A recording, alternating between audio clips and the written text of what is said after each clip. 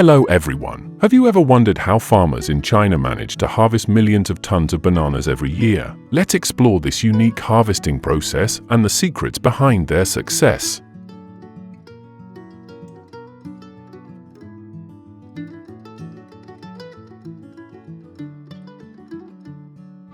Bananas are a tropical crop, typically grown in areas with warm climates and sufficient humidity. In China, banana cultivation is mainly concentrated in southern provinces such as Guangdong, Guangxi, Hainan, and Yunnan.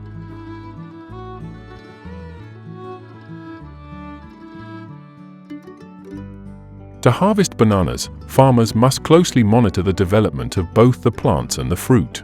The harvesting season usually begins in the fall or spring, once the bananas have reached a certain level of ripeness.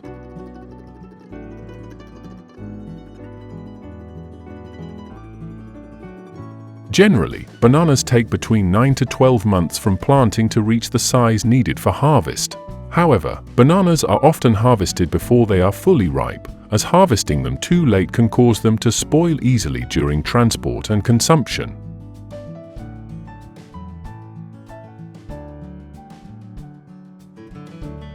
Bananas are typically harvested while still green. This is because green bananas stay fresh longer, preventing them from cracking or rotting during transportation, and they continue to ripen naturally once they reach the market.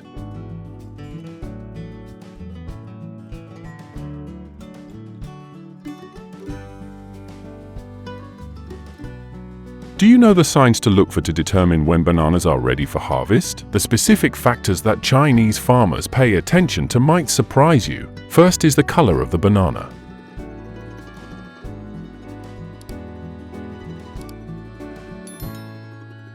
When bananas reach maturity, the fruit will have a deep green color, occasionally with a hint of yellow at the tip.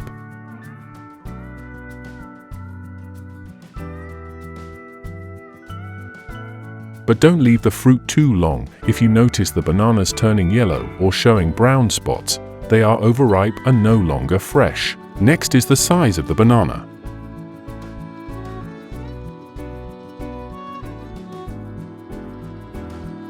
A mature banana will be large, uniform in size, and have a smooth surface with no signs of cracks or dents.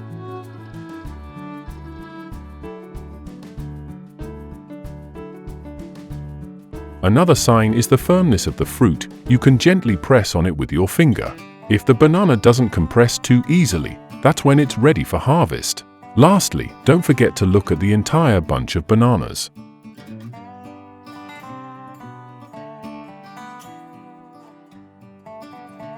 When all the bananas in the bunch are a deep green, that's when farmers begin the harvest.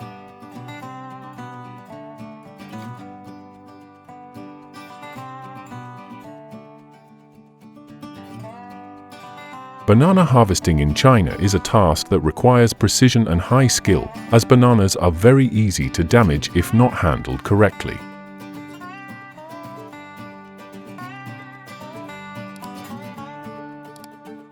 The harvesting process begins with the preparation of tools, such as sharp knives, ladders, and protective gloves.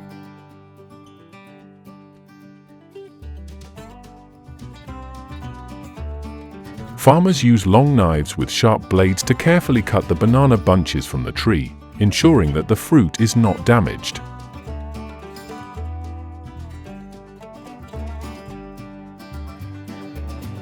The banana bunches typically weigh between 10 to 20 kilograms, so cutting and transporting them requires dexterity to prevent any fruit from falling.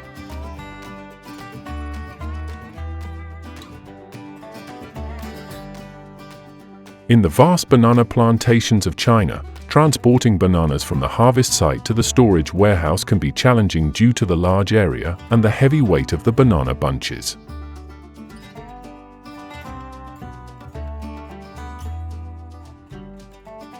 To solve this issue, farmers often use the method of transporting bananas vertically, arranging them in rows along the path, which makes it easier to move bananas within large plantations. Thanks to this technique, they are able to harvest more than 10 tons of bananas at a time.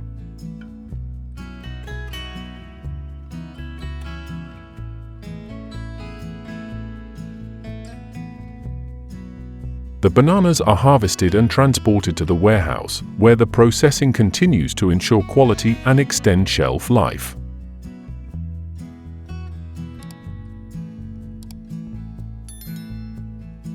The bananas are separated from the bunch and carefully inspected to remove any damaged or substandard fruit.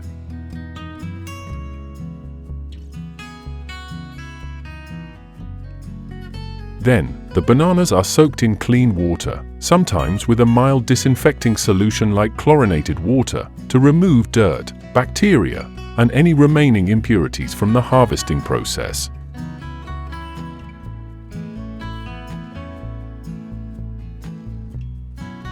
Soaking helps clean the fruit and reduces the risk of contamination, while also making the bananas fresher.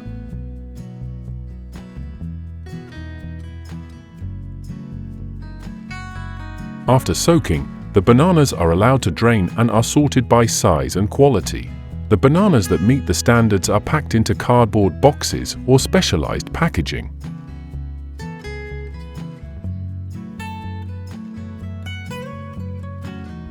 To ensure better preservation during transportation, the bananas are often wrapped with a layer of plastic or paper, which helps protect them from impact and keeps them fresh for a longer period.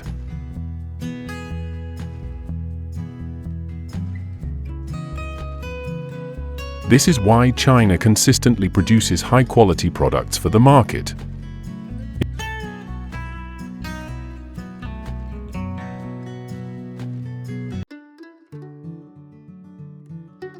In addition to domestic consumption, Chinese bananas are also exported to many countries around the world, including markets in Asia such as Japan, South Korea, and Southeast Asia.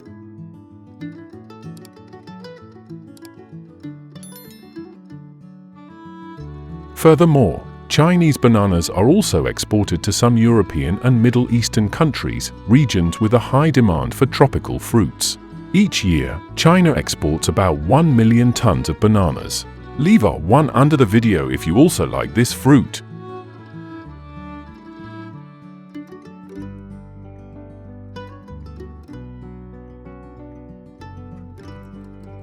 After bananas are harvested and carefully transported, few people know that the process of banana cultivation also requires a lot of effort and skill from Chinese farmers.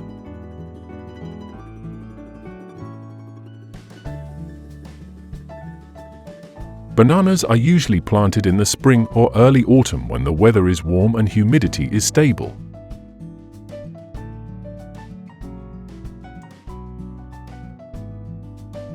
From planting until the banana plant grows about 50 to 70 centimeters, it takes about 2 to 3 months.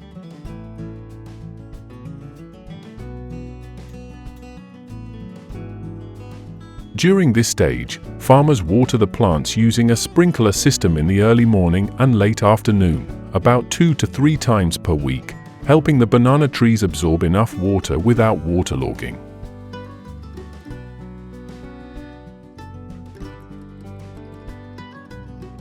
After about 6 to 8 months, the banana plant will begin to flower. When the banana flowers appear, farmers will trim unnecessary flowers, focusing the nutrients on healthy ones so they can develop into fruit.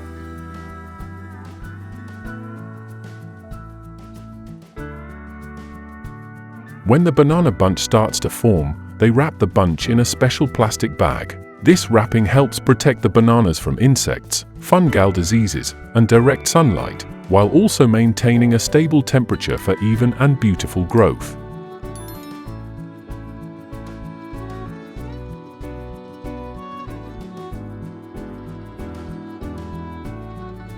In China, banana plants are not only grown for their fruit, but also make full use of other parts of the plant for everyday life.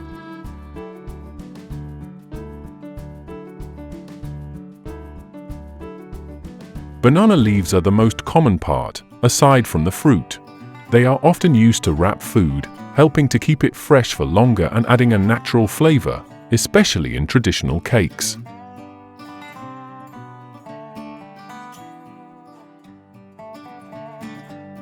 Banana leaves are also used as decoration during festivals or as animal feed. The banana trunk, after the fruit is harvested, is not discarded but is chopped up and used as livestock feed due to its high nutritional content and digestibility.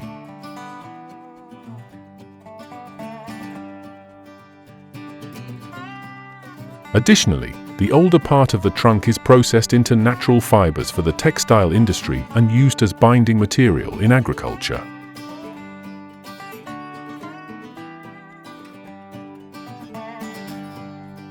In some rural areas, banana trunks are even used to produce handmade paper or to make organic fertilizer after being composted. Banana flowers are also a valuable part of the banana plant.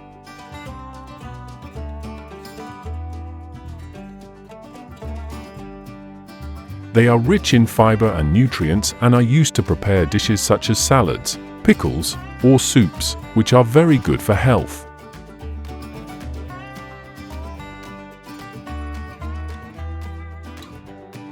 In some regions, banana flowers are also used as a herbal remedy to support digestion and reduce inflammation.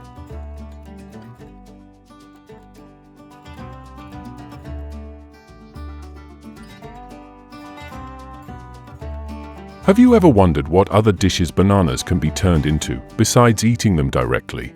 In China, bananas are not only a nutritious fruit but also an ingredient in many unique and delicious dishes.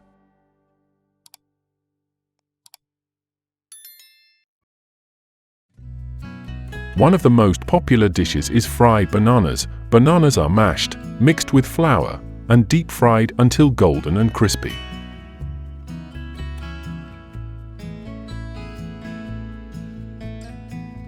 When you bite into it, the crunchy exterior combines with the soft, sweet banana inside.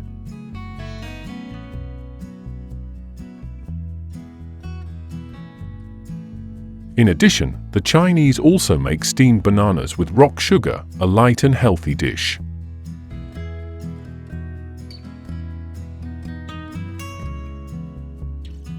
The bananas are steamed with a bit of rock sugar to preserve their natural sweetness and fragrance, making it a perfect dessert.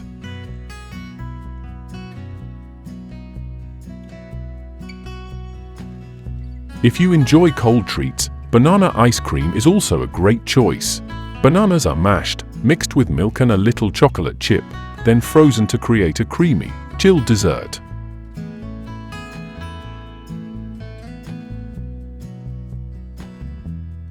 Another dish worth mentioning is banana oatmeal porridge, especially popular in the morning. The combination of bananas and oats provides a high-energy meal, perfect for starting your day off right.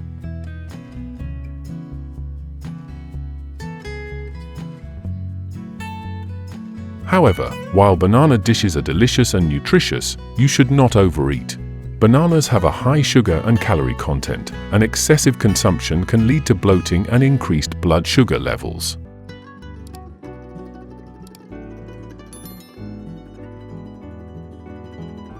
Therefore, enjoy bananas in moderation and smartly to savor their delicious taste, and don't forget to leave a 0 in the comments.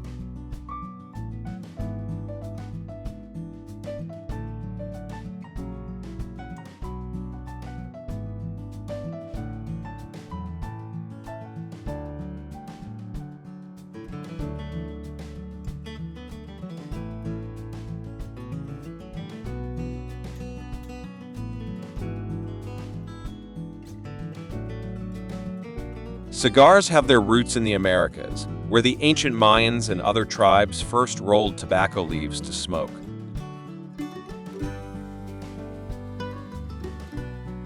When Christopher Columbus landed in the New World in 1492, he stumbled upon this smoky tradition and brought it back to Europe, where it quickly became a sensation. Cuba, with its long, sunny summers and perfect tropical climate, turned into the world's top cigar producer.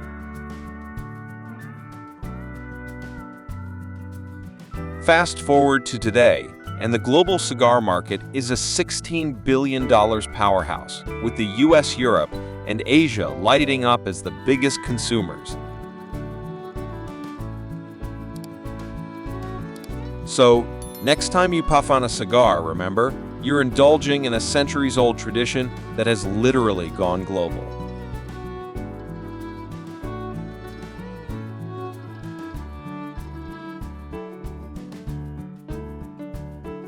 Come along for a tour of the vast tobacco fields, spreading out over thousands of acres.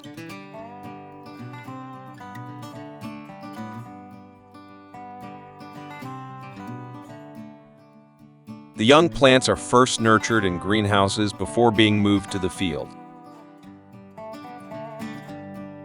Staff monitor their growth daily to ensure the seedlings develop healthily.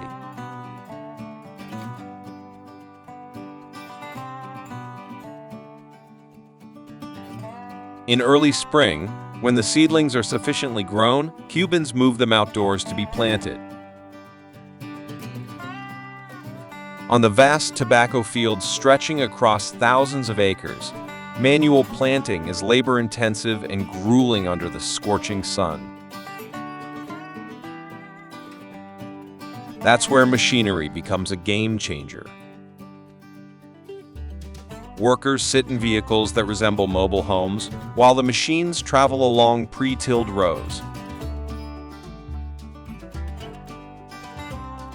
As the vehicle moves, the operator plants the seedlings into the prepared beds, making the task faster and more efficient.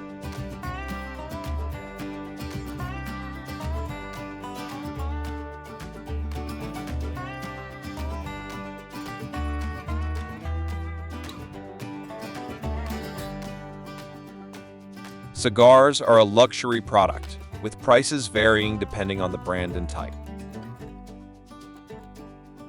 Worldwide, cigars are exported from Cuba to many countries, including the United States, Canada, Europe, and Asia. Cigar shops are popular in major cities such as New York, London, Tokyo, and Paris. The luxury of cigars often reflects the lifestyle and status of their users, showcasing their sophistication and style within the community. Not a fan of cigars? Hit 0 to let us know.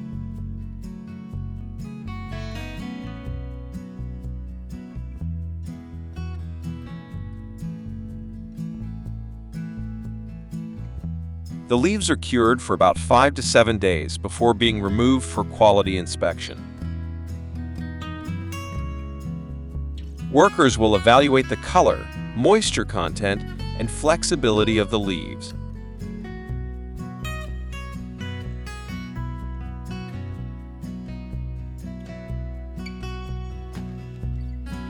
After inspection, the tobacco leaves are fed into a grinder and shredded into small pieces.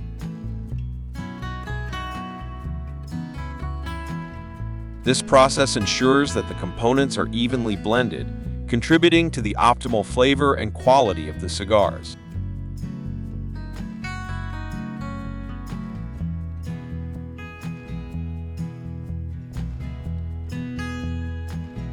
Now comes my favorite part.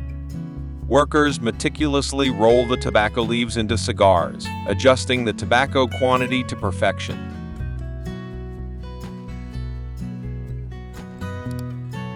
Experienced craftsmen at the factory skillfully measure and roll each cigar, completing one in just a minute. The cigars are then placed in luxurious boxes that reflect the customer's status.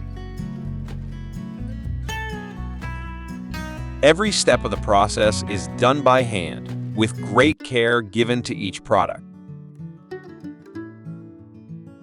That's why cigars always come with a hefty price tag.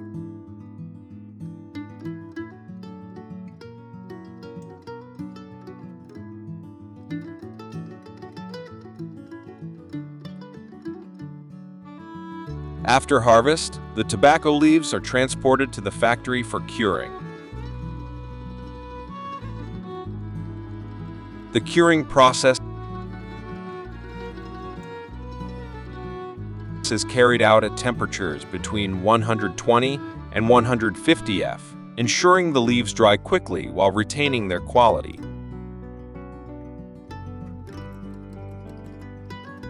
The factory can cure between 10,000 and 20,000 pounds of tobacco leaves per hour. Precise timing and temperature are crucial factors in determining the quality of the cigars.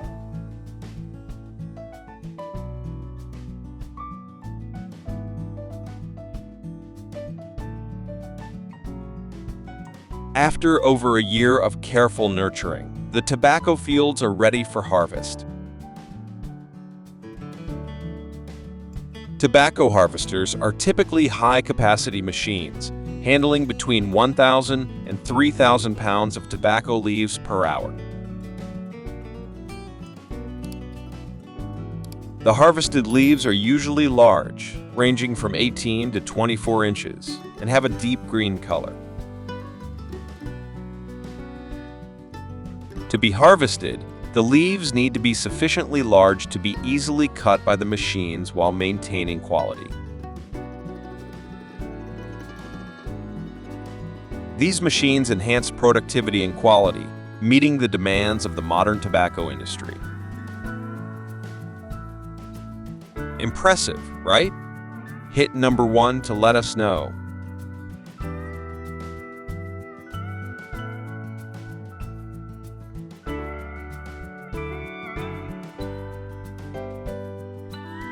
Festival del Habano is a major annual event held in Cuba for cigar enthusiasts. The festival draws producers, experts, and cigar aficionados from around the world to Havana to experience the highest quality cigars. Attendees have the opportunity to participate in workshops, enjoy musical performances, and sample newly released cigars.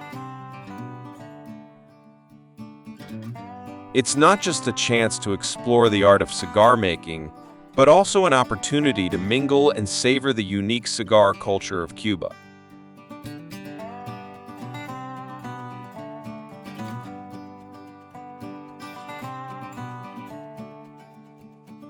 Thank you for joining me. Let's continue by exploring how farmers harvest tons of onions.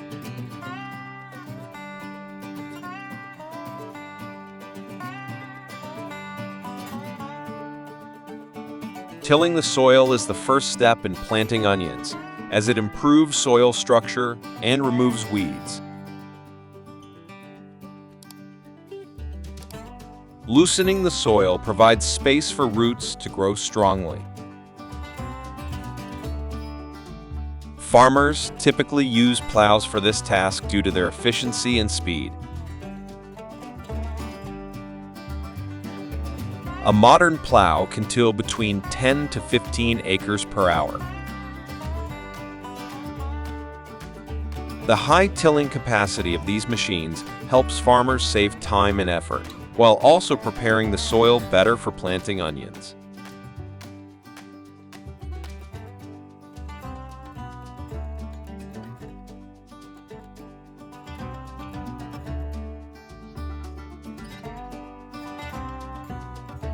After about 2 to 3 weeks, the onion plants begin to develop a strong leaf and root system.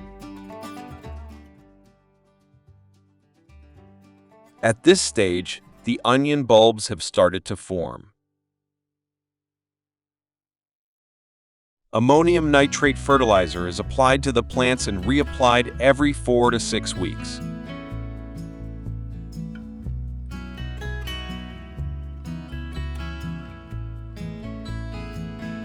India is the world's largest exporter of onions, shipping approximately 1.5 million tons annually. Indian onions are exported to many countries worldwide, including those in the Middle East, Southeast Asia, and Europe.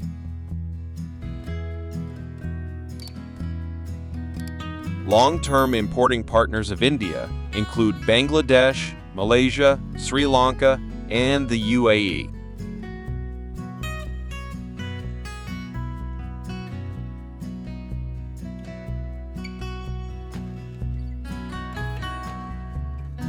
Instead of planting each seedling manually, farmers sit on a planting machine and simply place the seedlings into the machine's slot.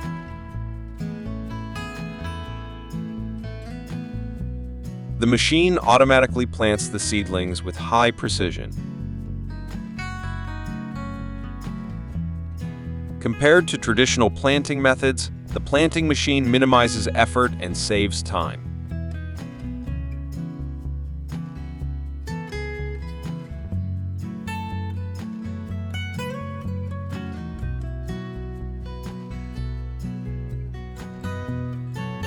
After harvest, the onions are sent to the processing plant. Here, they are placed on a sorting line where workers inspect the quality of each onion. Any onions that are damaged, blemished, or below standard are discarded. After a thorough inspection, the onions are carefully canned. The canned onions are then distributed to the domestic market and exported to other countries. The onion processing plant operates at high capacity, distributing up to 50,000 tons of onions annually.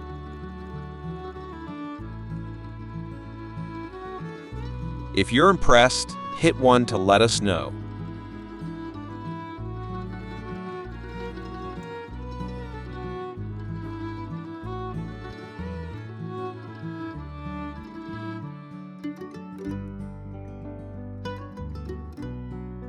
Onions are typically harvested around 90 to 120 days after planting when the leaves start to dry and wilt. In the fields, machinery takes over the job from human hands. The onion harvester pulls the onions from the soil, removes the skins, and transports them onto a conveyor belt for the truck. These machines can harvest approximately 20 to 30 tons of onions per day. Farmers can still enjoy their coffee while ensuring the quality of the onions after harvest.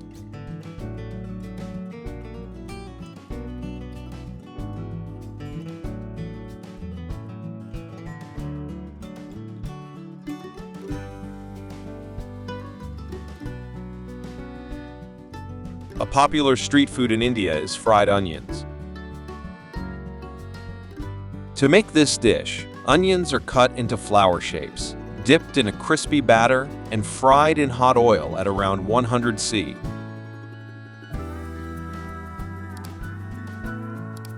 Once the onions turn golden and crispy, they are served on a plate, often accompanied by a yellow mustard sauce, creating an enticing flavor combination.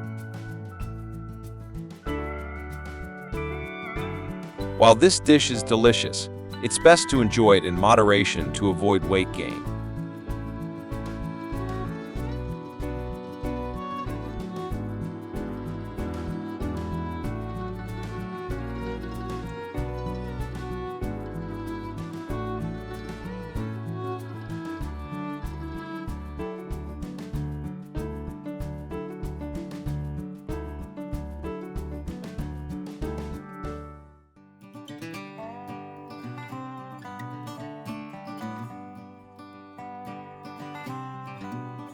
You're watching an action-packed movie titled The Green Jungle Warrior.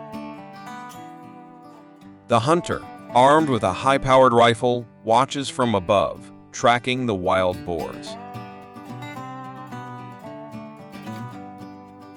The herd continues to roam the field, unaware that the Grim Reaper is closing in.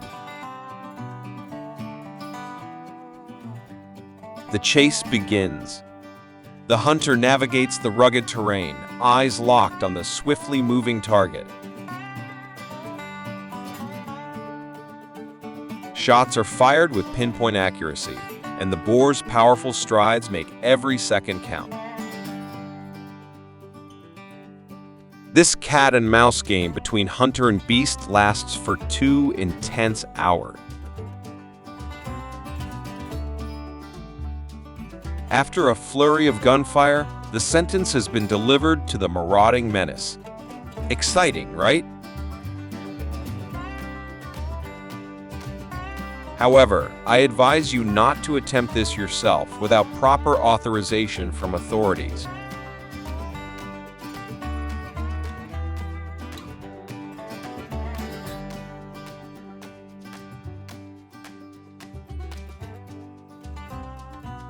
While traps are effective, they're not a long-term solution.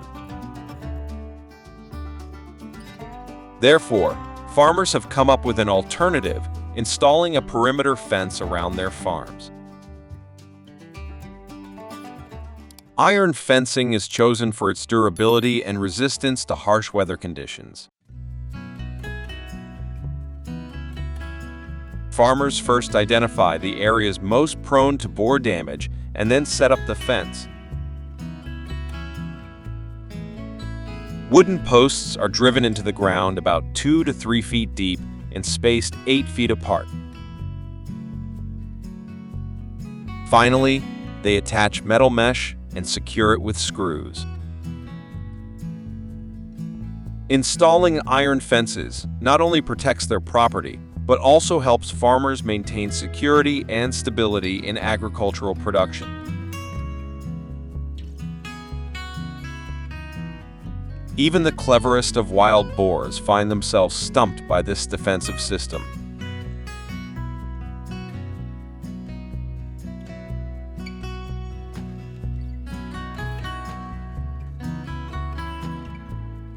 In Texas, wild boars are considered a major threat to agriculture. Each year, they destroy thousands of acres of cornfields, causing significant economic damage to farmers. Wild boars often root through the soil in search of food, damaging crops and reducing yields. They also consume both immature and mature corn, resulting in substantial losses of harvest. It is estimated that wild boars wreak havoc on over 500,000 acres of corn in Texas annually, leading to millions of dollars in losses.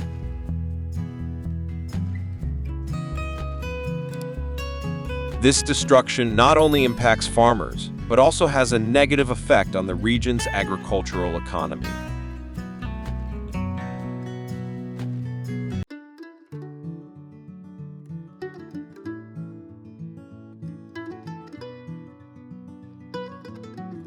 Wild boars also cause significant headaches for farmers.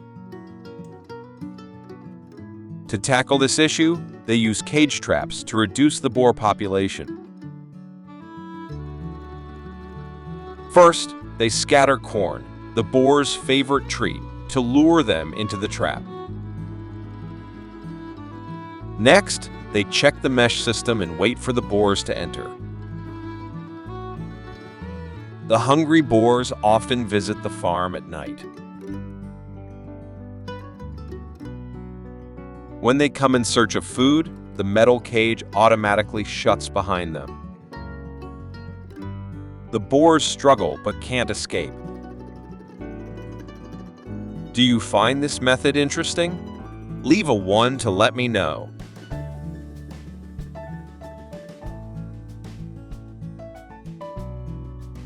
After being captured, wild boars often end up as a feast on the dining table.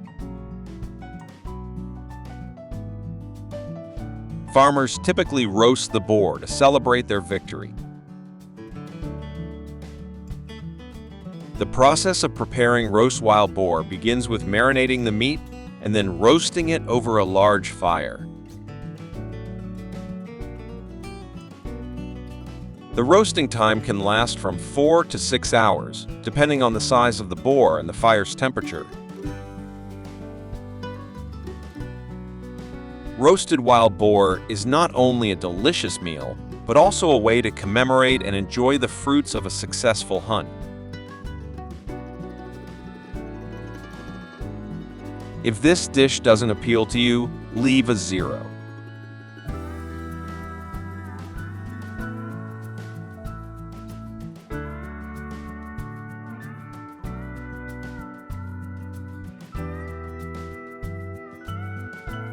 With advancements in science, aerial control methods for managing wild boars have become practical. This approach is particularly effective for large farms spanning hundreds of acres. When dealing with such vast areas, tracking and controlling wild boar populations can be challenging. Consequently, some farmers use helicopters to monitor and address wild boars as they approach the farm. From above, helicopters provide a comprehensive view, allowing for quick detection of wild boar herds. Once identified, control teams can swiftly deploy measures to drive away or eliminate the boars using rifles fired from the helicopter.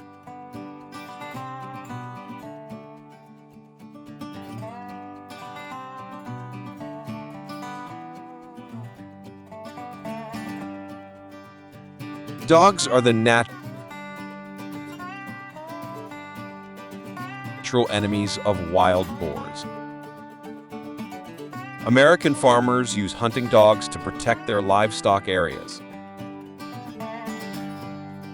With their agility and keen sense of hearing, these dogs can detect and chase wild boars away from cultivated fields.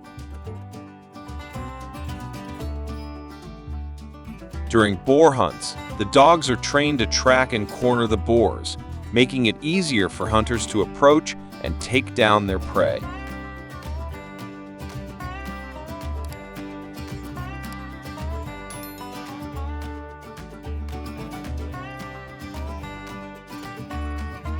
Wild boars not only damage agriculture, but also disrupt daily life for Americans. If it weren't for the cameras capturing their antics, I'd find it hard to believe these events were caused by them. Wild boars sometimes boldly appear on roadways, posing dangers to pedestrians and drivers. Aggressive boars can attack people if they feel threatened or provoked, putting individuals at risk of injury. Furthermore, wild boars may invade homes, damaging property and creating unease within communities. Their presence in residential areas leads to stressful situations, threatening both safety and the peace of daily life.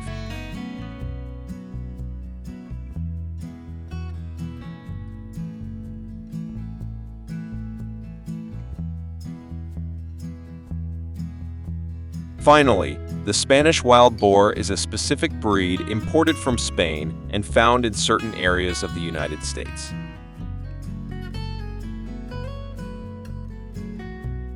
These boars are typically large and possess significant strength.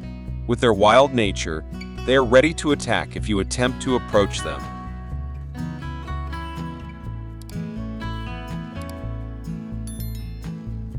In the U.S., some farms have begun raising wild boars, primarily in southern regions such as Texas, Florida, and other southern states.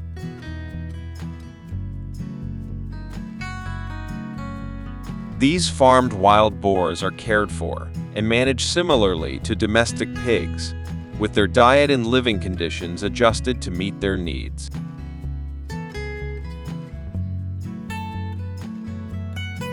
However, raising wild boars also requires special management practices to ensure their safety and prevent them from impacting the surrounding environment.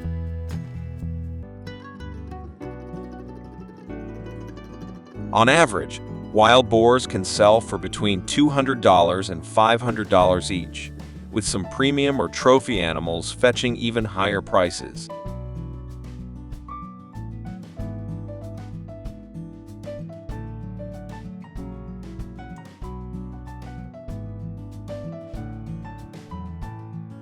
Let's explore some wild boar species in the U.S.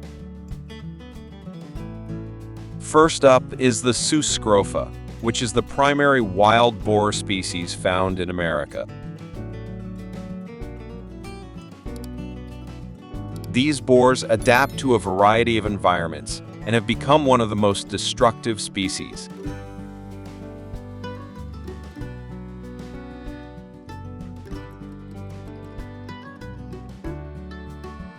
Next is the feral hog, known for its large size.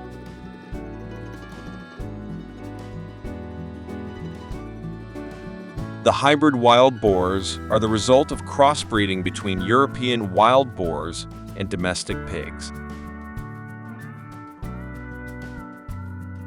They often exhibit mixed traits from both species and are also quite common in the United States.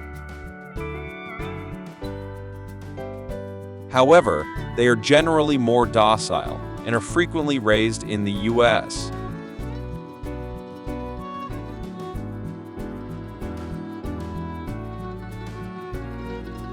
However, raising wild boars in the U.S. requires special attention to the diseases they might carry.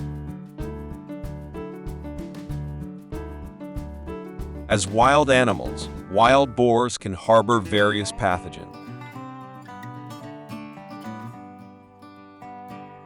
Common diseases that wildlife can carry include E. coli bacteria, salmonella, and parasites such as worms and tapeworms.